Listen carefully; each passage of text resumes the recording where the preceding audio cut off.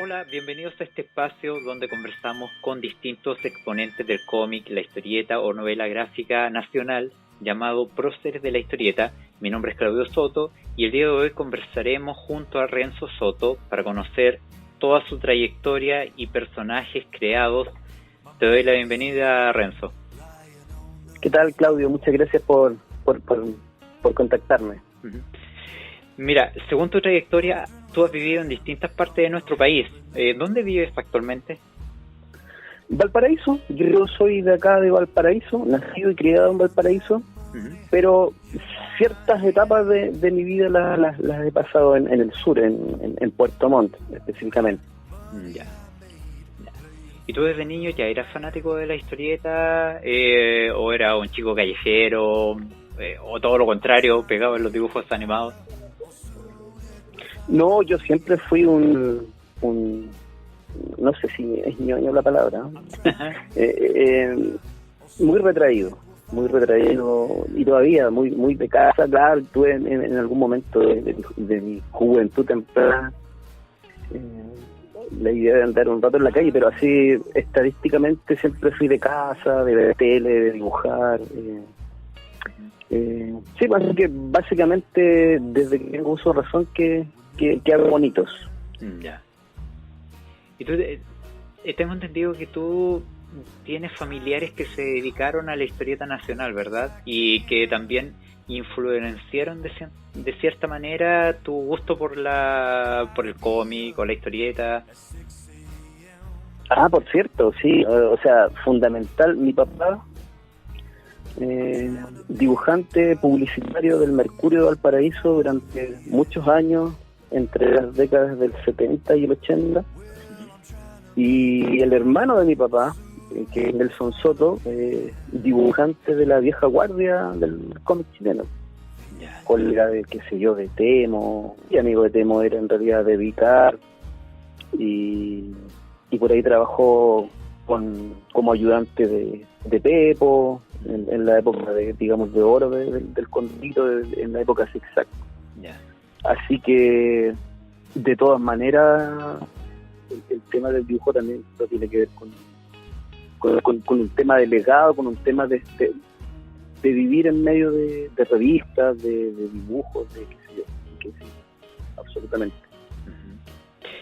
¿Y tú tenías alguna especie de colección de historietas, considerando que tu papá también te influenció de cierta manera en que tú te metieras en la historieta? Yo creo que en tu casa había harto donde poder elegir de esta materia. Sí, o sea, toda la vida, mucho libro en general, de todo tipo de lectura, revistas, por decir que las selecciones esas del Reader Digest, o así se llaman, National Geographic, o sea, mucho libro, mucha novela, y historieta, claro, también. Mi papá era también, por supuesto, gustaba de la historieta y coleccionaba tanto cosas nacionales como extranjeras. La revista Mad, me acuerdo que le gustaba mucho, y a mí me marcó muchísimo la revista Mad cuando era niño, sobre todo los dibujos del Tracker y del Jack Davis, y de Sergio Aragonés, que es el creador de un personaje que se llama Gru, el errante, no sé si lo ves, que es como un bárbaro.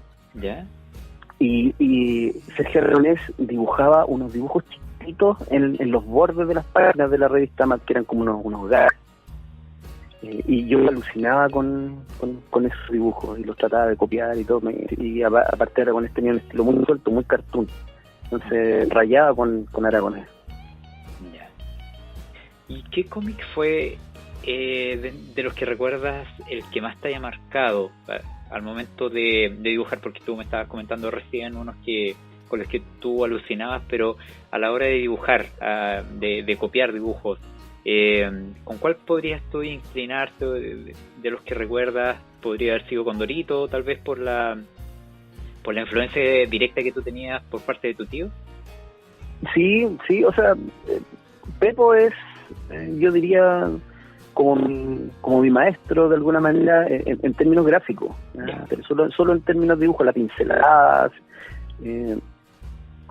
como te decía, en la casa habían hartas revistas y dentro de esas estaba La OK, que era un semanario, me parece, de historieta que publicaba Zig-Zag, y la mayoría de los cómics que venían eran gringos, ya los retocaban y los acomodaban al formato. Uh-huh. Y de los pocos nacionales que venía ahí era la página de Condorito, que ya venía a 2 tintas en esa época, con el rojo y el negro. Claro. Y no, o sea, yo claro, como niño me reía caleta con los chistes que eran súper ingenuos, pero yo lo encontraba muy gracioso en esa época, y el dibujo era alucinante. Así que definitivamente una de mis primeras influencias, pensando en que después me convertí en dibujante, fue Pepo. Uh-huh. Y aparte de eso, bueno, como te decía, yo estaba pegado en la tele y las revistas del Pájaro Loco, de la Pantera Rosa también, por todos esos monos yo los copiaba. Yeah. Y todo eso amalgamó posiblemente en el estilo que tengo ahora, y los gustos que tengo ahora, que se inclinan definitivamente más por el estilo cartoon clásico, gringo. ¿Y en la actualidad tú aún eres coleccionista de cómic o de historietas?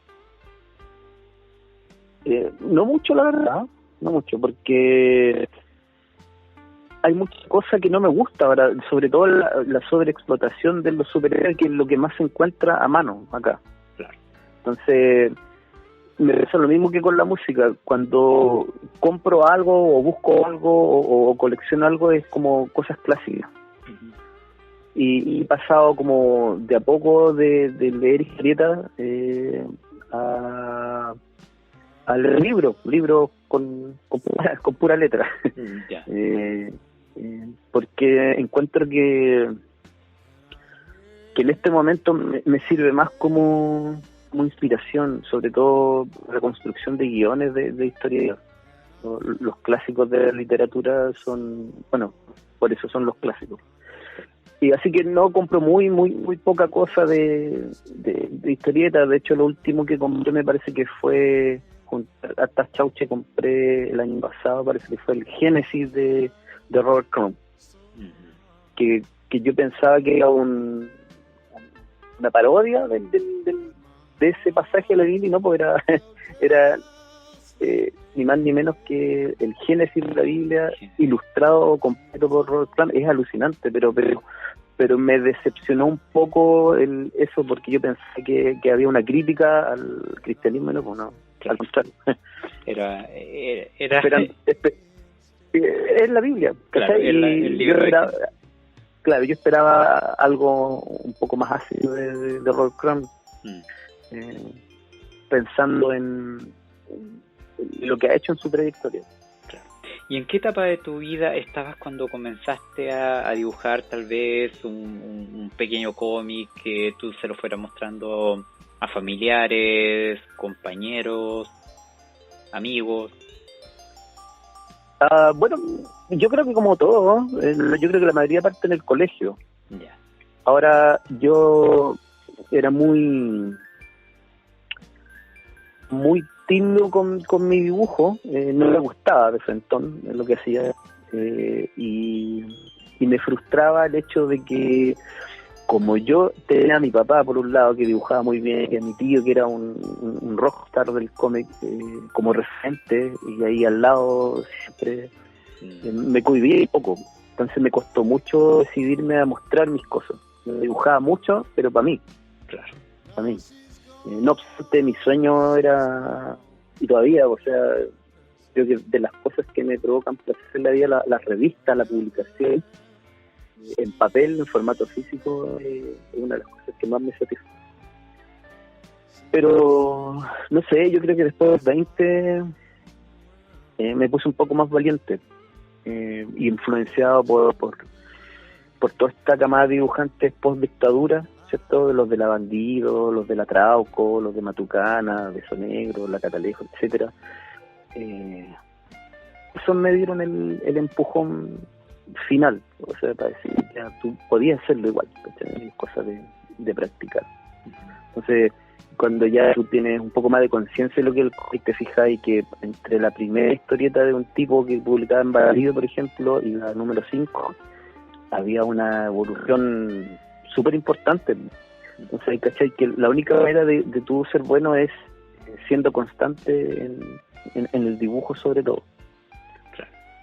Así que ahí partimos, así partí. Mediados de los 90 más o menos. Y considerando que tú tenías como grande referente a tu papá y a tu tío, ¿decides especializarte en la ilustración en algún momento? ¿Tomar algún curso o meterte a la universidad a estudiar alguna carrera que te pudiera ayudar en esto? Claro. O sea, sí, yo siempre lo pensé. Si bien yo soy convencido de que para ser un dibujante uno nace dibujante, es muy difícil aprender o adquirir ¿cómo decirlo? Como adquirir el oficio de dibujar es muy complejo de manera artificial. Yo creo que uno puede perfeccionarse.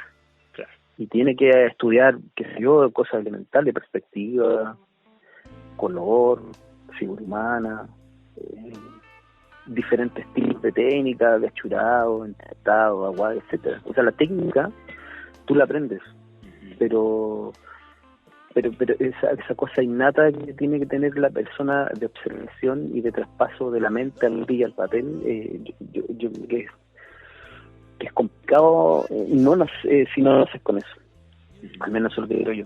Entonces, como yo ya tenía ese gen, por decirlo de alguna manera, de cuarto medio y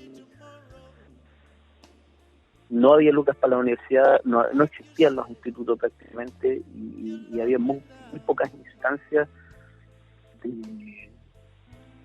para aprender lo que yo quería hacer, que era dibujar historietas, ilustración. Así que encontré en un instituto, en una academia, una cosa así, hice un diplomado de 2 años de dibujo artístico publicitario y me sirvió muchísimo porque aparte de todo lo que yo buscaba, me enseñó de letras, de composición, de color.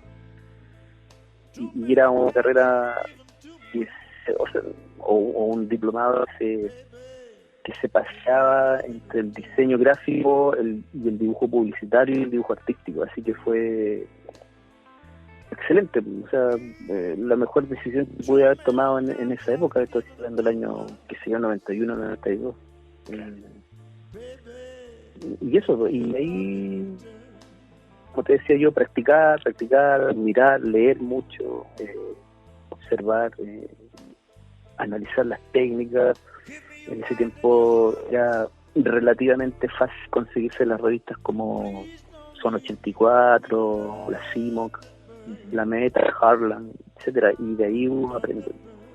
Copia al principio, obviamente, a los autores clásicos y ahí uno trata de buscar su estilo.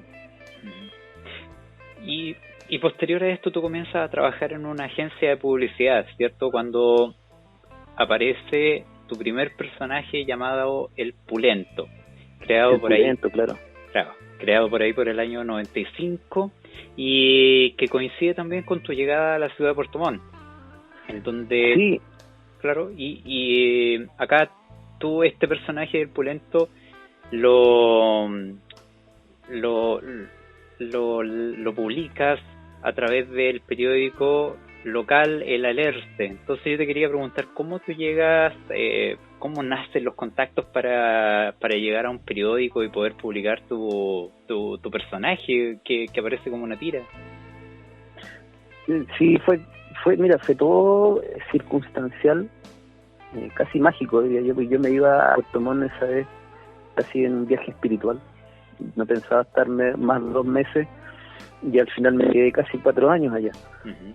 Y llevaba como 2 semanas en Puerto Montt y me encontré una pega justamente en una agencia de diseño y publicidad.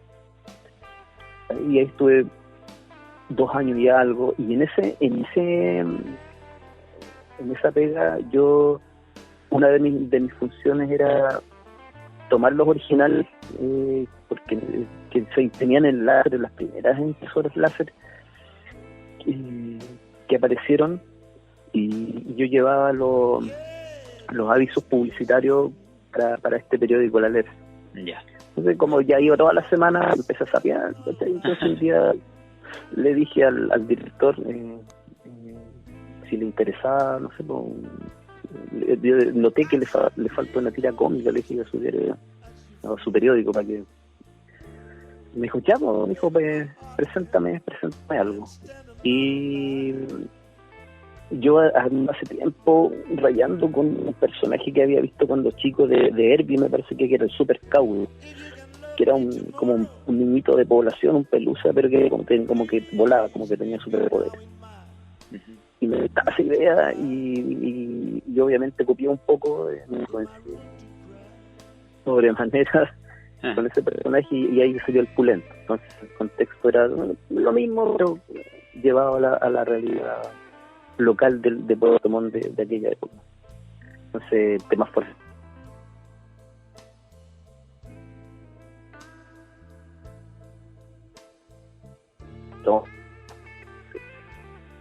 Así que estuve publicándolo un par de años y la verdad es que gustó harto. Ya a aparecer era muy feo en todo caso el dibujo que hacía yo en esa época.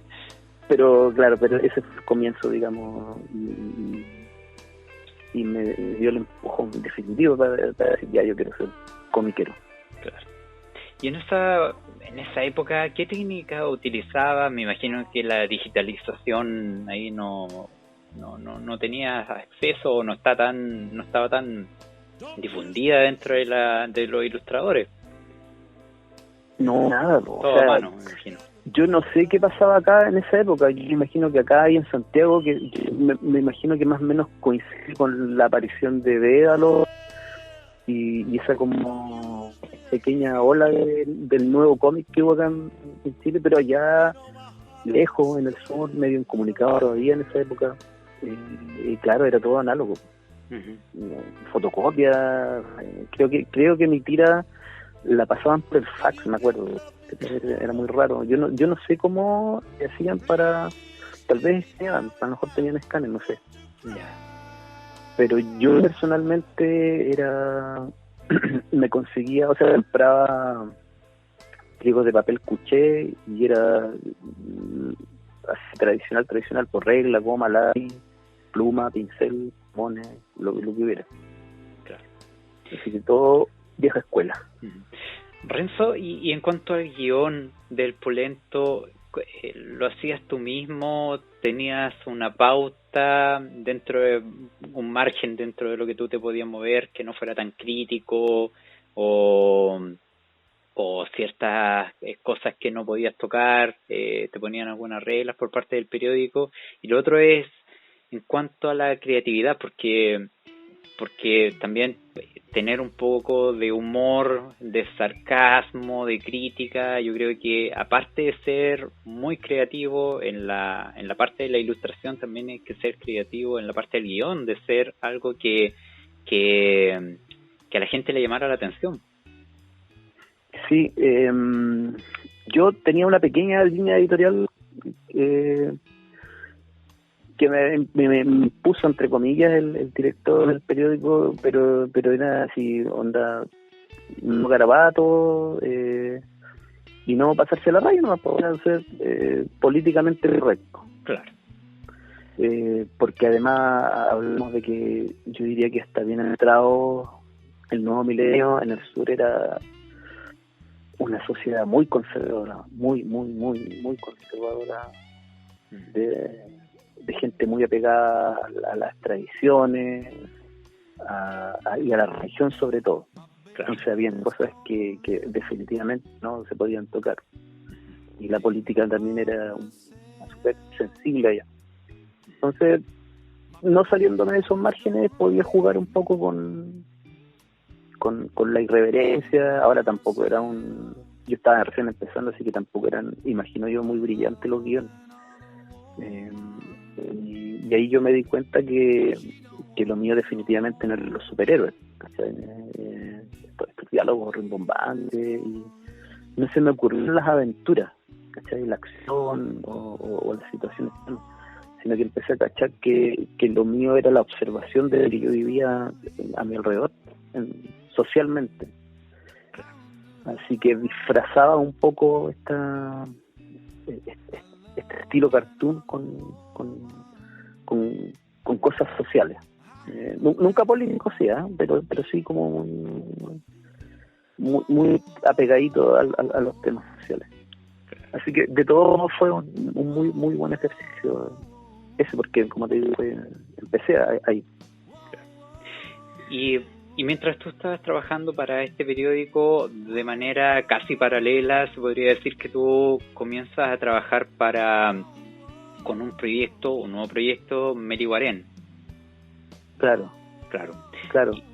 Y este trabajo entiendo que tú participas como coeditor, por lo tanto trabajabas con otra persona y también aparece otro personaje tuyo que es el Anticuma. Entonces te quería preguntar sobre Meliguarén, cómo nace este proyecto, y también sobre el Anticuma, cuál era el perfil que tenía este personaje que uno lo podría de inmediato identificar como Anticuma, que combatía a los Kumas, que vendría siendo como la versión antigua de los Flaites. Exacto. Eso, era exactamente eso. Yo tenía guardado en una carpeta como media página de la empezada del Anticuma. Y me olvidó de haber estado, no sé, 2, 3 años ahí, y ya cuando estaban todos tomando empezó a revisar los cochireos y lo encontré gracioso.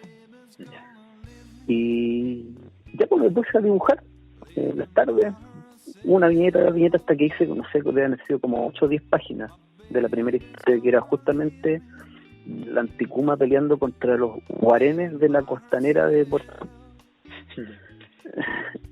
Y que eran así, era como no sé si era un atractivo turístico, pero a nosotros, a mí por lo menos me causaba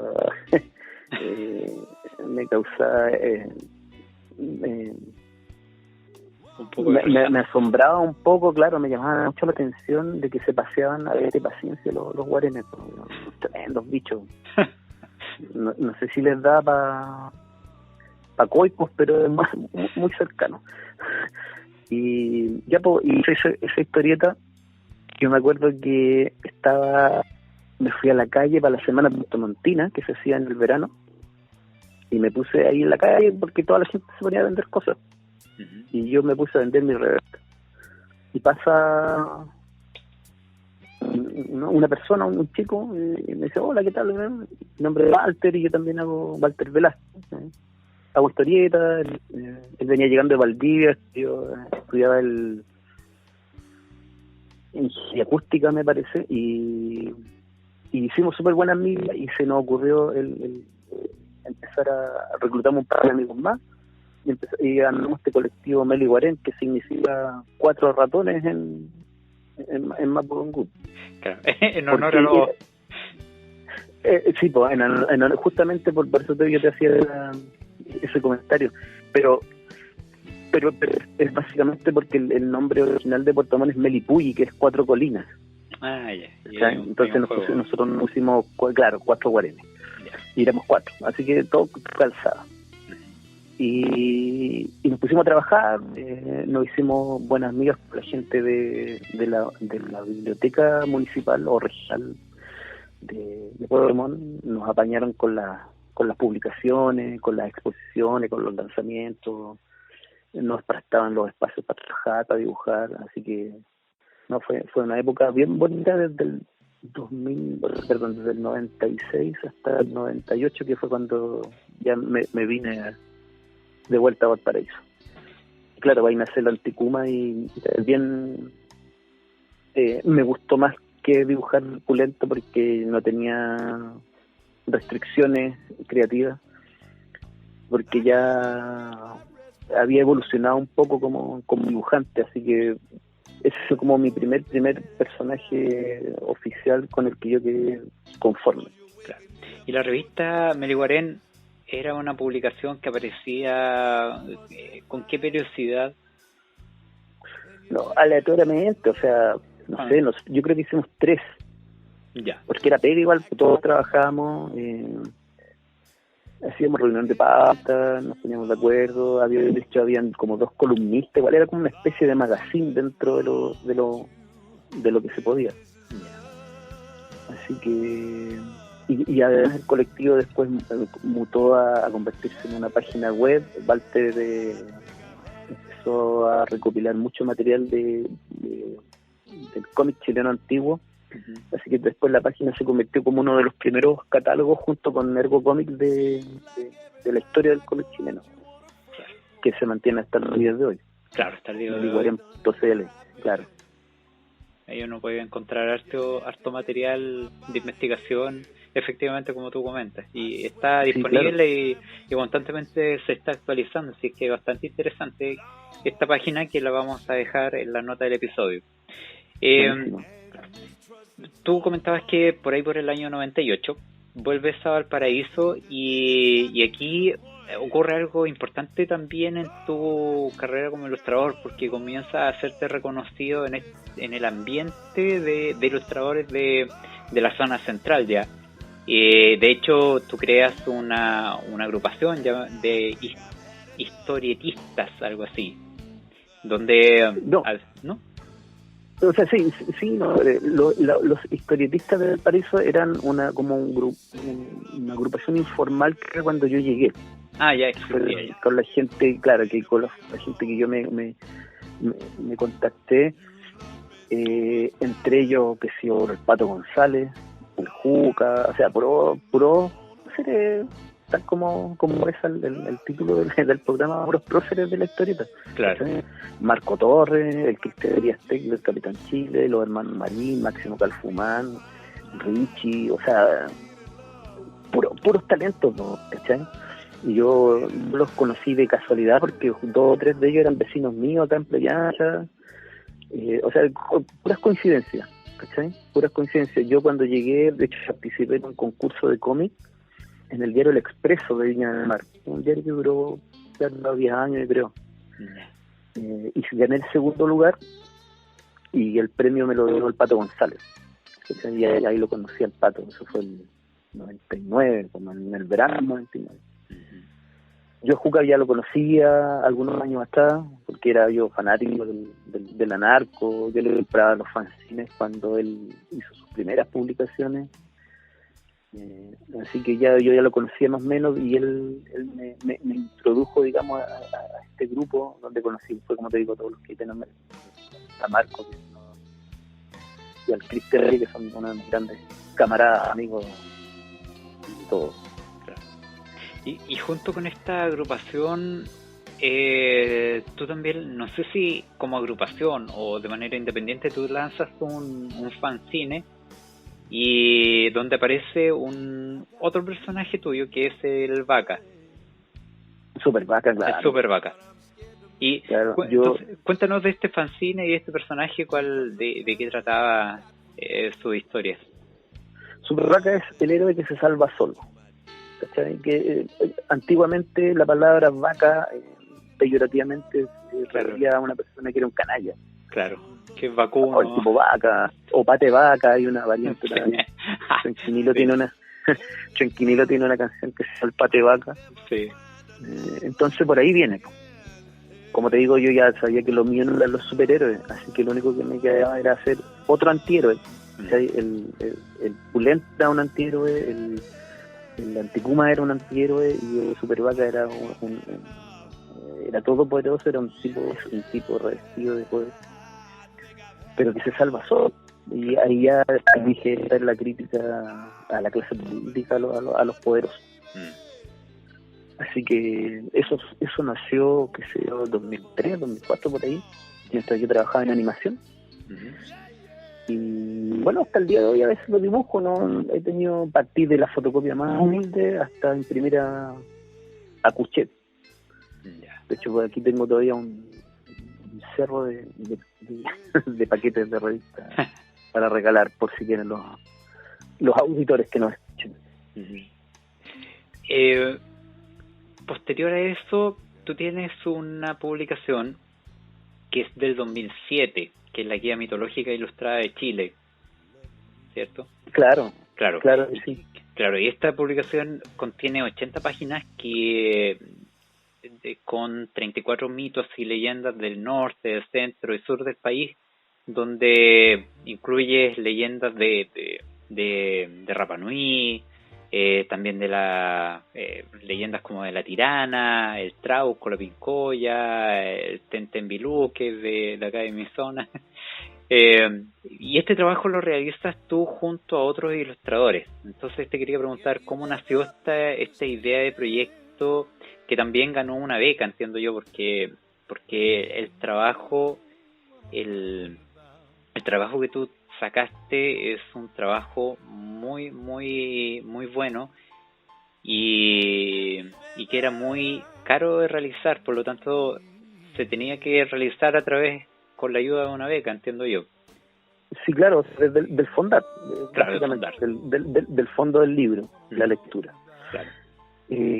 Bueno, yo obviamente después que volví del sur y me contacté con esta gente, no perdí el tiempo. Yo la verdad es que lo admiré todo, así yo dije, no soy nada, estos tipos están años luz, y veía sus trabajos y obviamente me influenciaba y como que me apuré un poco por tratar de llegar al nivel de ellos, ¿cachai? O sea, el Marco Torres, por ejemplo, me ayudó muchísimo, de hecho trabajamos muchos años juntos, y todo eso fue escuela, ¿no? Entonces, como ya estaba metido en el medio, en comillas, el medio del cómic chileno, tenemos a Santiago aquí al lado, así que yo viajaba a las ferias ya venía, entonces me hice muchos amigos de la escena de esa época, Juan Vázquez, Cristiano, el Terisco, por nombrar algunos que me acuerdo ahora, más todos mis amigotes de acá. Bueno, presenté la maqueta, y yo presenté esa maqueta porque yo fui uno de los rechazados por mitos y leyendas de Salo, ¿cachai? Entonces me quedé picado y dije, no, pues yo quiero hacer mi versión un poco más nuestra, ¿cachai? No, porque todo lo que hacía mito y leyenda era musculoso, ¿cachai? Mito Trauco musculoso, Bernardo Higgins musculoso, ¿cachai? Entonces, o con estilo anime. Entonces dije, no, pues yo quiero que cada autor de los que yo conozco, que somos herederos de la escuela del Temo, de esa, le ponga un estilo. Entonces les pregunté uno por uno, carta de compromiso, si querían participar, me dijeron que sí. Me gané el fondo el año 96, era la primera vez en mi vida que presenté Fondar solo. ¿En 2006 dije, no? Sí. Y claro, y bueno, y el libro se hizo el 2007 y fue, aparte de que fue muy bacán hacer el libro, gustó mucho ese libro, sacamos 1000 copias, porque era un libro muy caro de imprimir, porque era todo color, con portada, con lomos, y un librito de bolsillo, pero era muy bonito, era un libro objeto. La investigación, designarle los mitos a cada uno de los ilustradores, no, fue increíble, y ese libro voló, fue rápido. Vendimos muy poco, la mayoría de los regalamos, hicimos lanzamiento en Valparaíso, Santiago y Puerto Montt. Y fíjate que han pasado tantos años y todavía la gente me sigue preguntando si me queda el libro. Yo creo que no tengo ni para mí. Así que algún día tendremos de hacer una nueva edición de ese libro. Pero está en la idea, por lo menos. Sí, por supuesto, absolutamente. Está en carpeta ahí. Claro. Y bueno, tú comentabas de la recepción de este libro, que la gente le gustó mucho, que te lo sigue pidiendo hasta la actualidad. Y tú, ¿por qué? Comentabas un poco de tu idea nace de la no inclusión tuya dentro de mitos y leyendas de estas cartas, entiendo yo. Sí. Pero ¿por qué era tu la idea tuya de hablar de mitos y leyendas, ¿esto viene desde el sur, que acá se manejan hartos mitos y leyendas, y siempre te quedó dando vuelta que querías dibujar al respecto? Sí, pues, sí. De hecho, otra de las cosas que hicimos con el Walter fue apoyar una investigación que estaba haciendo él basada en unos libros del doctor Bernardo Quintana. Ya. El doctor Bernardo Quintana era un radiólogo, un fundador del servicio de radiología del Hospital Bada Puerto Montt en los años 60, creo.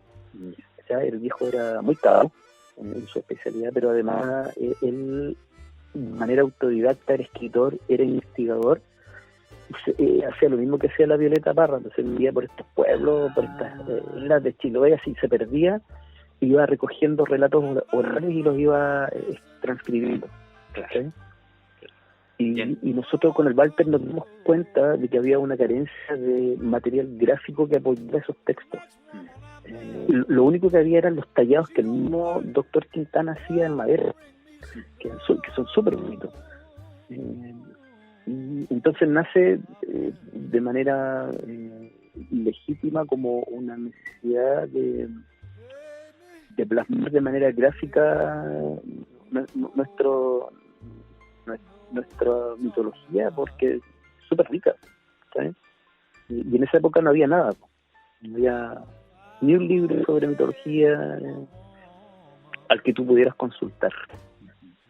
Entonces nosotros tratamos de hacer como una guía de los espectros de todos, de los cazafantasmas, un manual de bolsillo que recopilara a los hechos más importantes de norte a sur. Y que claro, tenía desde ese punto de vista tenía una impronta o una necesidad diferente a la de mitos y leyendas, ¿cachai? Entonces no tratábamos de competir tampoco, porque nuestra visión del tema, diría yo de manera muy modesta, era un poco más legítima. Posterior a esta guía mitológica ilustrada de Chile, comienza a aparecer un nuevo personaje tuyo, que es Humano Demasiado Urbano. Claro. Y este personaje, tiene la particularidad que con él te autoparodias, ¿cierto? Claro. Sí, o sea, no, vale. Sí. Y bueno, y este personaje, a través de esta autoparodia, tú aprovechas de dar es como un descargo, me imagino, tuyo, para poder hablar de la contingencia nacional y mundial, me imagino que también. Porque puede hablar de política, este personaje, de la sociedad actual, habla de música, de hecho lo hemos visto cruzarse por ahí con la mascota de Megadeth. Así es que es como súper variada los temas de los que puede hablar Humano Demasiado Urbano.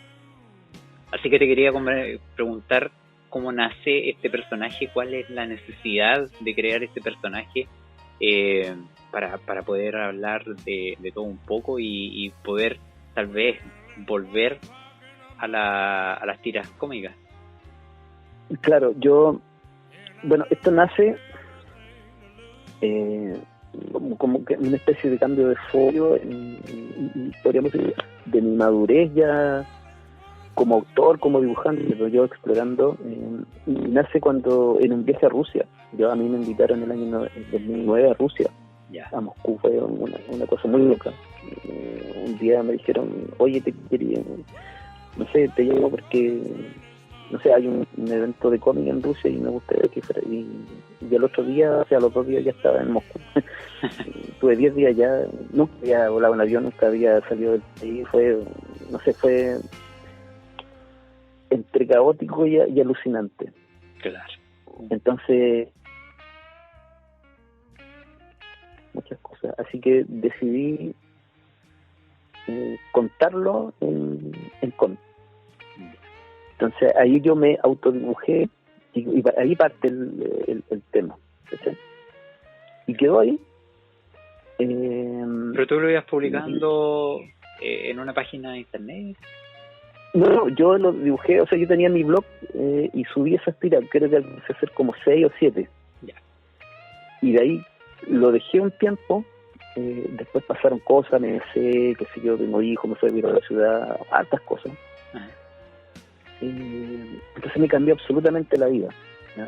Tenía poco tiempo para dibujar cómics ya, yo estaba más encima dedicado a la docencia, ya había entrado a trabajar algo. Así que el 2010, si no me equivoco, y basándome en un libro de Nietzsche, Humano demasiado humano, le pongo humano demasiado urbano. Entonces, esa palabra urbano me carga, me sigue cargando, ¿no? Como cuando te dicen música urbana o zapatillas urbanas, ¿qué es eso? El resto de música no es urbano, la escuchan los guasos, ¿cachai?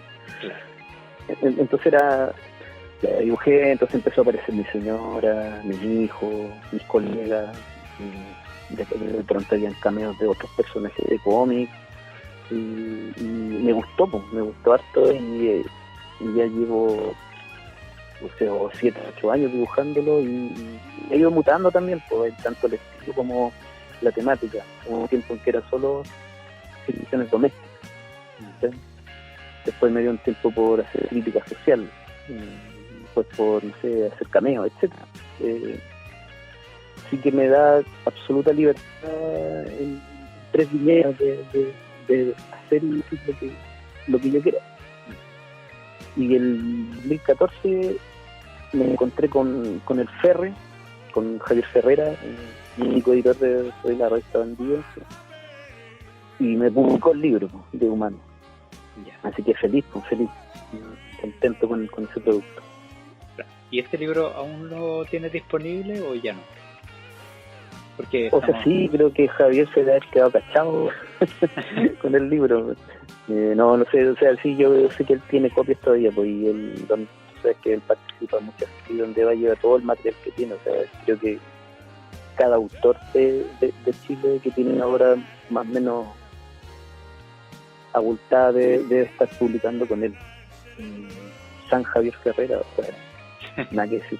Sí, claro, y el mecenas del cómic chileno.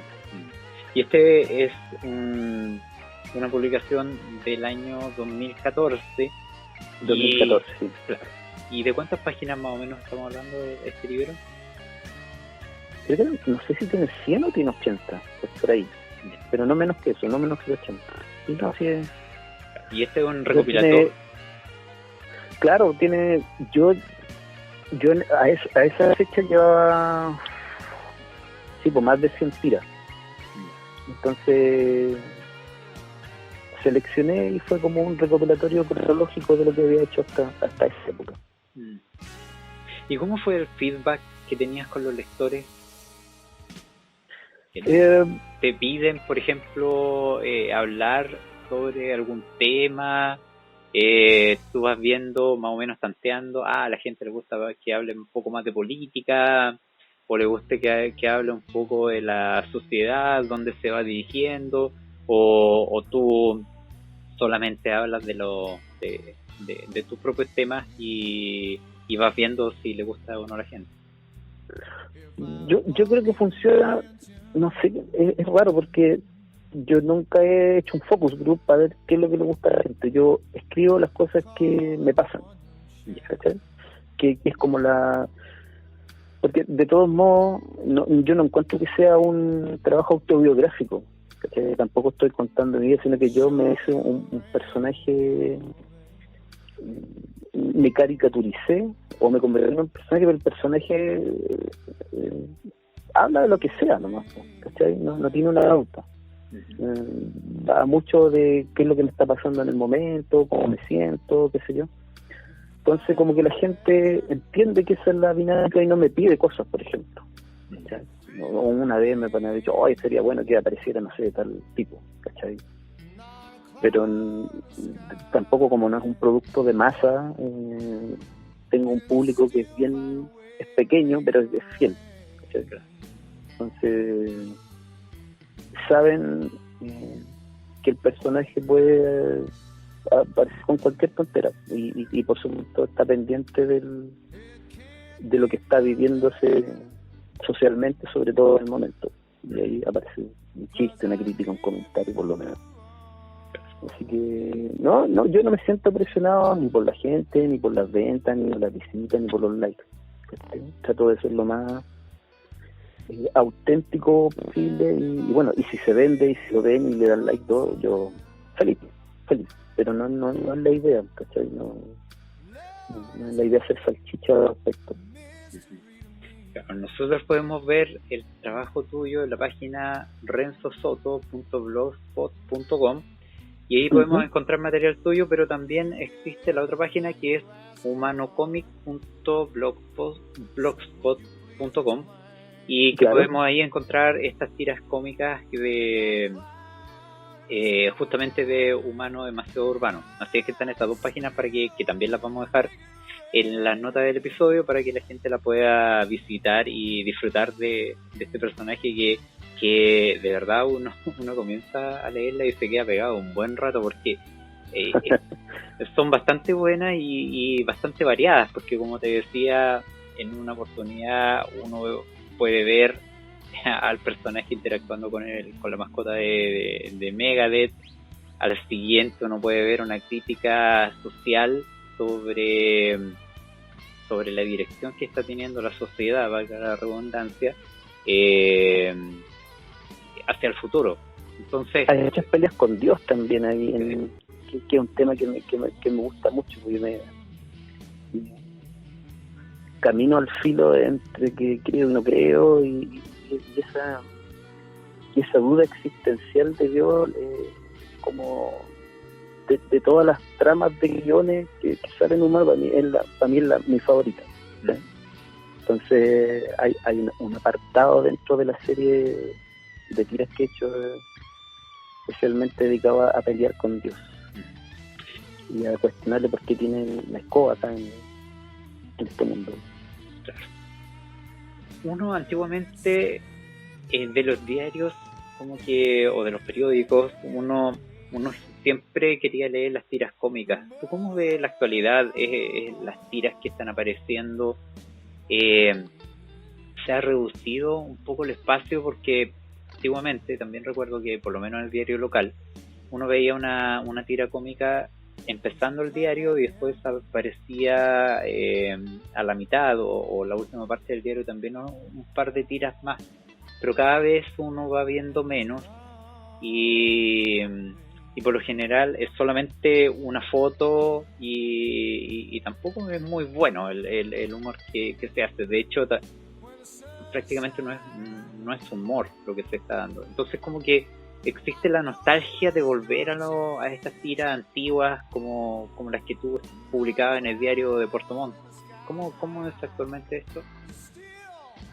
O sea, absolutamente, pero yo no sé, esa nostalgia puede que sea solo de los dibujantes, ¿cachai? Porque según los editores ya no hay interés. Yo, por supuesto, tengo mis serias dudas al respecto. Claro, y yo uno como lector, uno lo comenta, porque por lo general uno los ve y se acuerda, oye, ¿te acuerdas? Es que antes aparecía o sea, de hecho, yo tengo heredado de mi tío Nelson Soto un empaste con, no sé, deben haber 80 suplementos valga la redundancia, del suplemento Historietas del diario Tercera, que es de principios de los 80. Un suplemento, Historietas se llamaba, ¿cachai?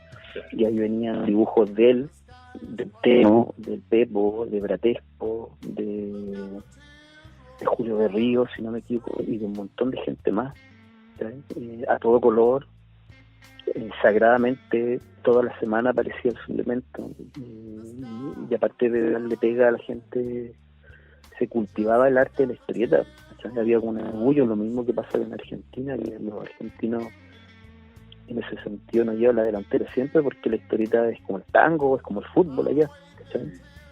Acá prácticamente el arte de la historieta y de la tira cómica en particular desapareció. Primero que nada desaparecieron los autores nacionales, Después empezaron a comprar por montones tiras extranjeras, los singles. No las desmerezco porque igual eran buenas, Popeye, Olaf, Garfield, qué sé yo, Charlie Brown, Calvin Hobbes, que es mi favorito, pero las compraron a precio huevo, ¿sí?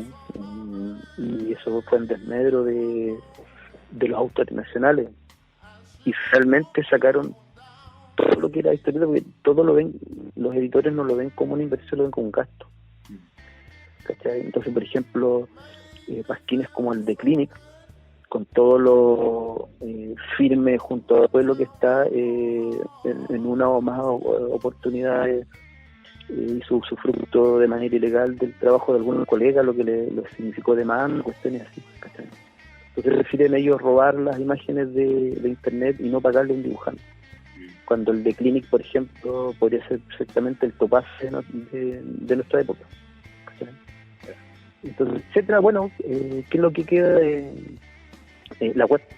La web fue como que nadie da un peso por la web, ha sido, creo yo, el gran salvavidas. Entonces tú puedes publicar, como en mi caso,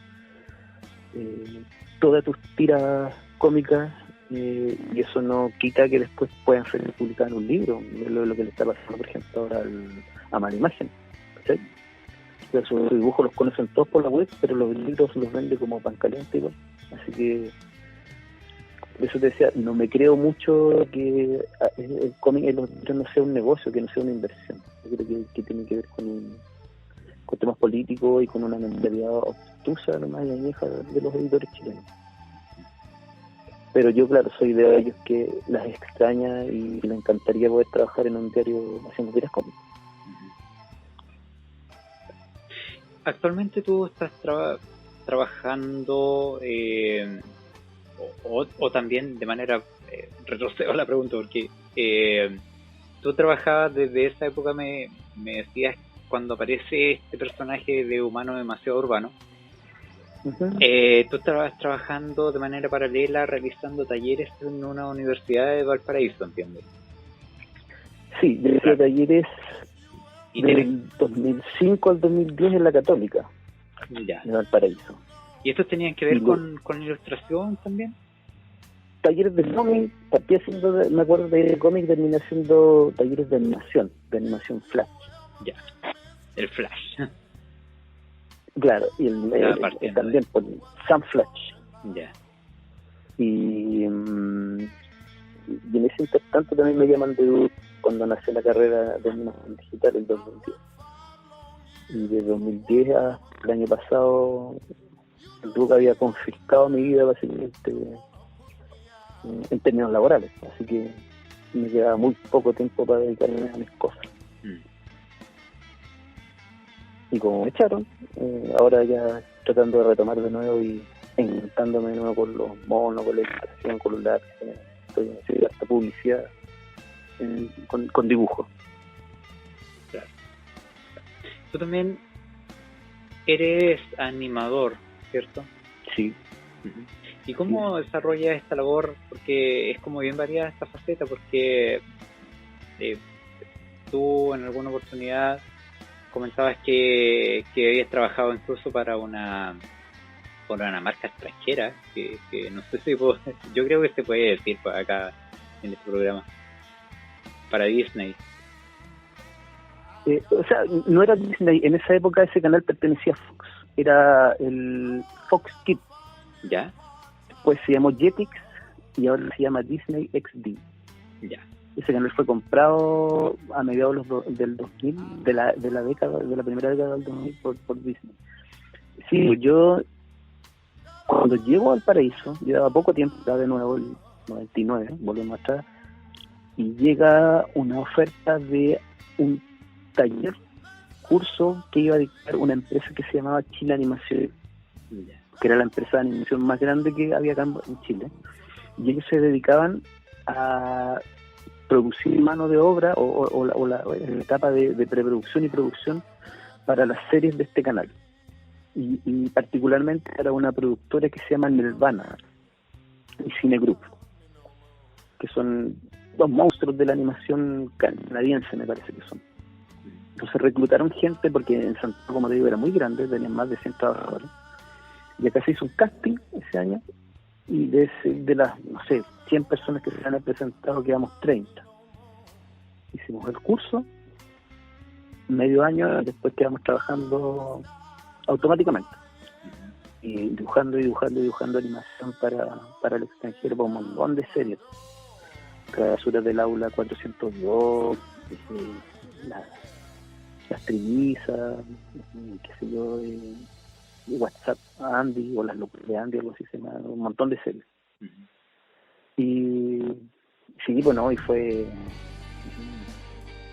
muy importante haber pasado por ahí. Después ese estudio cerró por la crisis del año 2002, la crisis asiática, y después volvió, pero como Valpo Animación, y ahí lo tomó Pablo Olivo, que era otro gran animador de Valparaíso, y ahí aprendí el oficio. Y después también murió toda esta producción masiva que había para el extranjero, y me dediqué por un lado a la docencia, y después a hacer pegas de animación particulares y proyectos y cosas.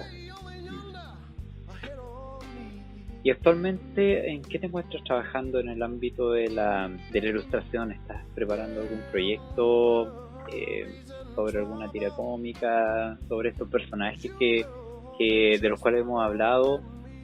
¿O estás enfocado también en la parte de como más profesional, la parte de diseño? La verdad es que, como te decía, como estuve absolutamente casi dedicado a la docencia, había dejado todo un poco, ¿cachai? Pero hacer docencia también significa meterse más en el medio, en la industria. Entonces también se aprende muchísimo enseñando. Entonces uno adquiere herramientas que, no sé, hace 10 o 15 años no tenía, de gestión, de producción. Entonces con algunos ex colegas de Duoc, hace un año, un poco más de un año, armamos una productora audiovisual, y ahora estamos más que nada dedicados a eso, pues, a buscar clientes y a postular proyectos que tienen que ver con el medio audiovisual, para, qué sé yo, ya sea para cortometraje, para serie, para spot, animador, todo lo que tenga que ver con la animación y diseño sonoro.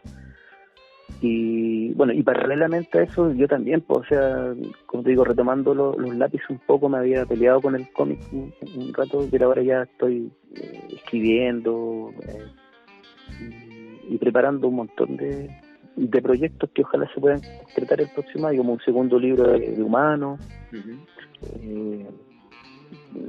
Tenemos muchas ganas de que Sumbulaca se convierta en una serie animada también, así que ahí andamos buscando los recursos para poder producirla, porque es carísimo hacer animación, no solo en Chile, sino que en todo el mundo.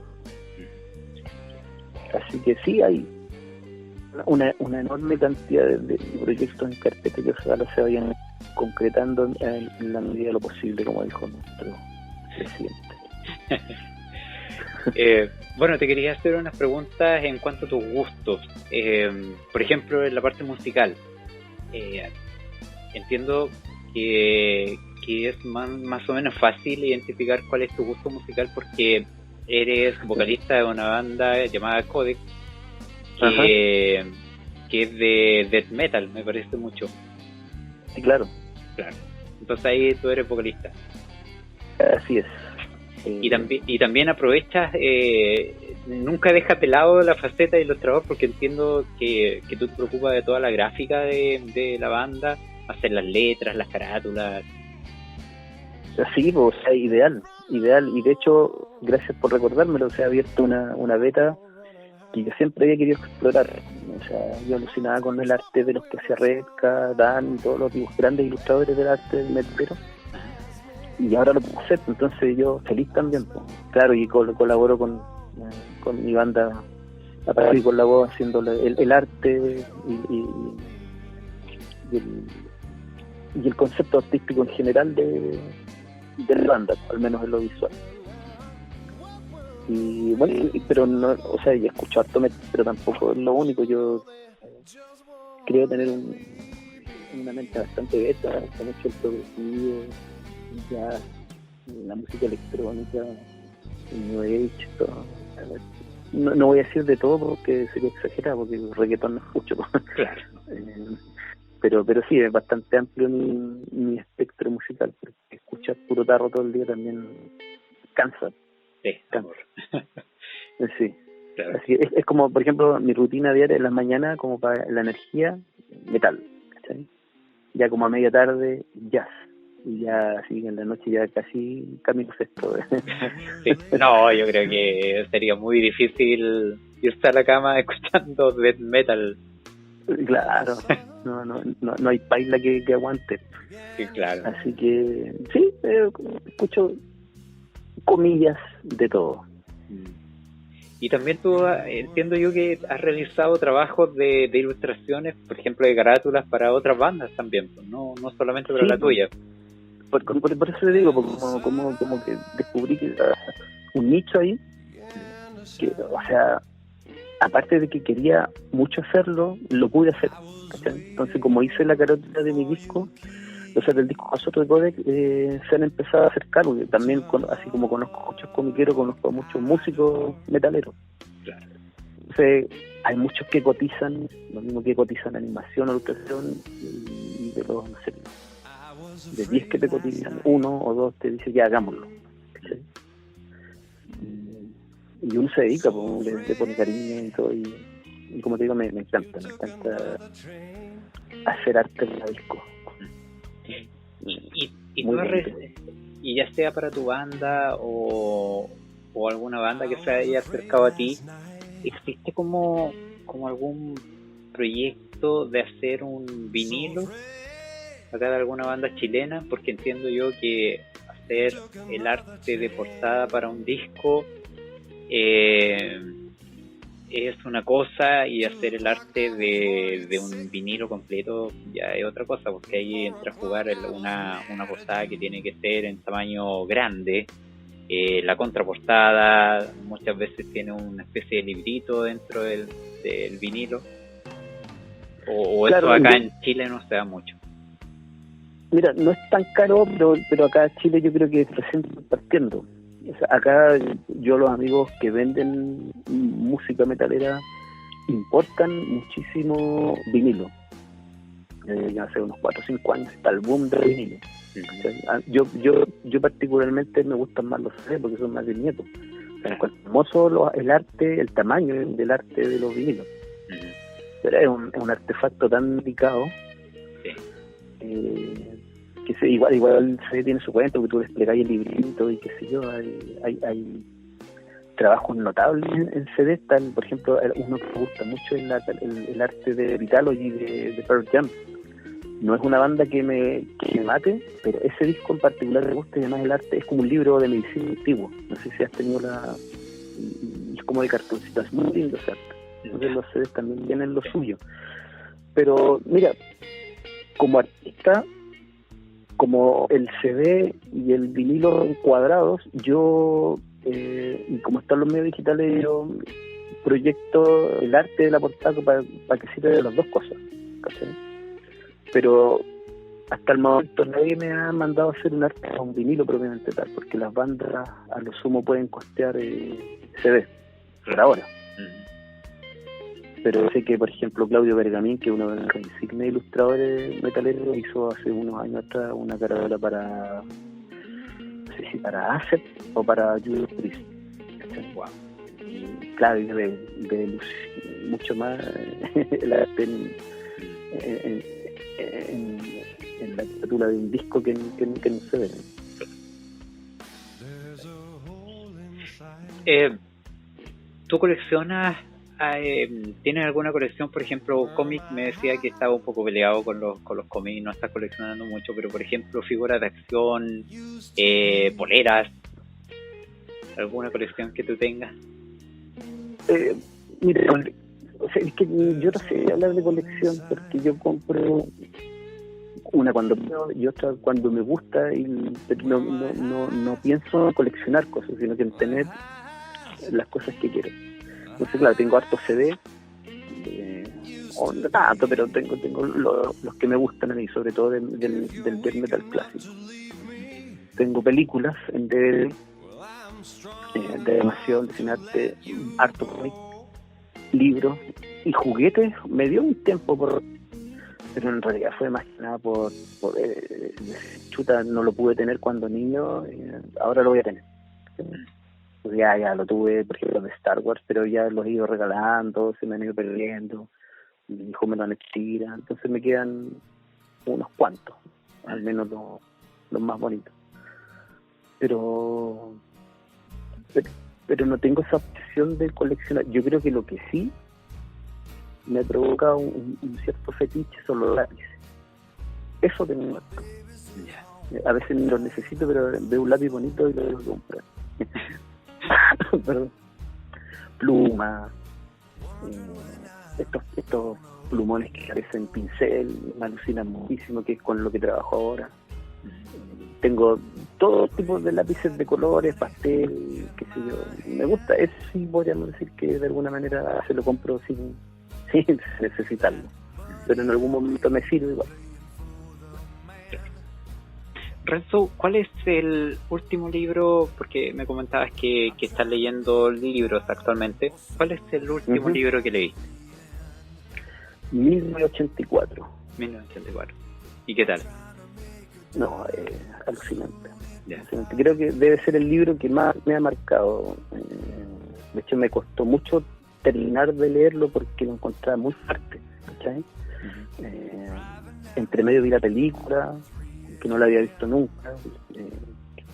Es magnífico porque es tan lo que está pasando ahora que de verdad que me sobrecoge, me impresiona la capacidad de adelantarse tantas décadas en el futuro del autor, de George Orwell. Claro. El autor. Tanto así que estamos pensando con César, que es el director del grupo, hacer un disco conceptual basado en 1984. No, espectacular. Sí, buenísimo. Sí, buenísimo. ¿Y el último cómic que has leído? El último cómic, mira, he estado agarrando cosas antiguas,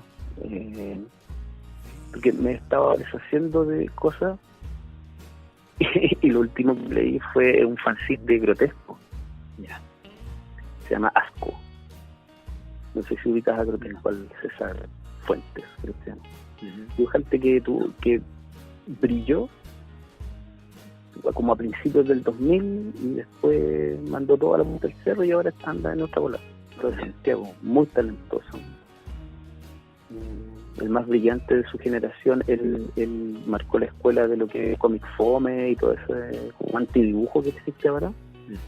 El Grotesco tenía un personaje que se llama el Señor Intestino, que es brillante, es buenísimo, pasado para la punta. Porque yo encuentro que para hacer un pasado para la punta hay que tener gracia, ¿sí? No cualquiera puede llenar páginas de obscenidades, de gore y de garabatos, y que este cabro lo lograba así con maestría. Hacía cosas feas pero adrede. Es un deleite visual. Y dentro de todo lo que estaba sacando ahí, recogiendo cosas, el otro día me puse a leer ese Asco, que debe ser por ahí como del 2004, muy, muy bueno. Lo recomiendo, te parece. Renzo, te quería invitar a que puedas tú comentarle a los auditores que están escuchando este podcast para que puedan visitar las páginas que tú tienes disponibles, donde muestras el arte, también las tiras cómicas de Humano Demasiado Urbano. También que puedas indicarles cómo poder conseguir, incluyéndome, este libro recopilatorio de este personaje Humano Demasiado Urbano. Y también tú comentabas que tenía algunas revistas que podías poner a disposición de quien se vea interesado en ellas.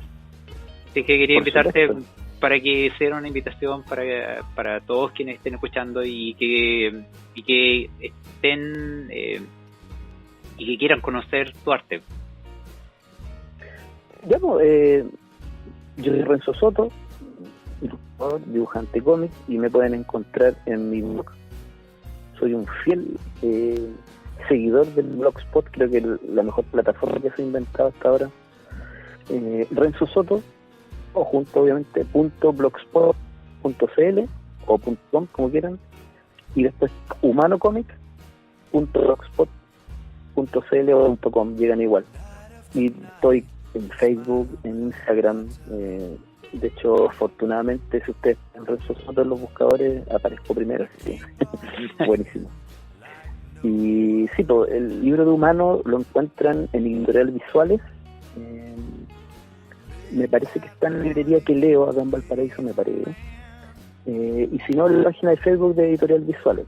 Y Javier Ferrera, como yo les decía, él recorre todas las vías habidas y por haber a lo largo de Chile, así que cosa que se acerquen a alguna feria del libro que haya, por ejemplo, y pregunten por mi libro de Uno demasiado urbano. Y claro, y las revistas de Supervaca, a las primeras 5.000 personas que llamen, no. Yo te voy a hacer llegar un stock de revistas, y todos aquellos que quieran tener una copia de Supervaca, y creo que se salva solo, para que las retiren con ustedes, pues yo gustoso de colaborar. Genial, espectacular. Bueno, Renzo, te quiero dar las gracias por participar de esta entrevista, donde conocimos todo tu trabajo, tu inicio, el presente también, los proyectos que estás desarrollando, la banda en la que participas, para que estén atentos y la puedan ubicar. Esta banda, ¿dónde se puede escuchar? ¿En YouTube? ¿Tiene algunos...? Sí, César acaba de, hace poquitos días, subir el disco íntegro a YouTube, que se llama Ignominia. Y el disco se llama Ignominia. Pero también está en Spotify, en todas esas plataformas, Bandcamp, me parece. Y ojo que, aprovecho el dato, este fin de semana, hoy estamos a 17, de octubre, ya. Este fin de semana vamos a subir un adelanto de nuestro próximo disco. Así que para que estén atentos ahí. Genial. Entonces también pudimos conocer tu faceta como vocalista de esta banda Codex. Y bueno, agradecer a todos quienes estén escuchando y que sigan muy atentos a un próximo episodio de Próceres de la Historieta, donde estaremos conversando con alguien relacionado con el cómic, la historieta, la novela gráfica, cualquier persona que esté relacionada de manera, de forma como guionista, como editor, como ilustrador. Acá el espacio, espero que podamos llegar a muchas personas que trabajan en este arte tan hermoso de nuestro país. Así es que te envío un abrazo, Renzo, muchas gracias por dedicarle tanto rato a esta entrevista y que te vaya excelente en los proyectos que tú tienes. Gracias, un placer, y agradecido también por la consideración. Así que un abrazo también para ustedes, chicos. Suerte. Ya pues, muchas gracias. Adiós a todos.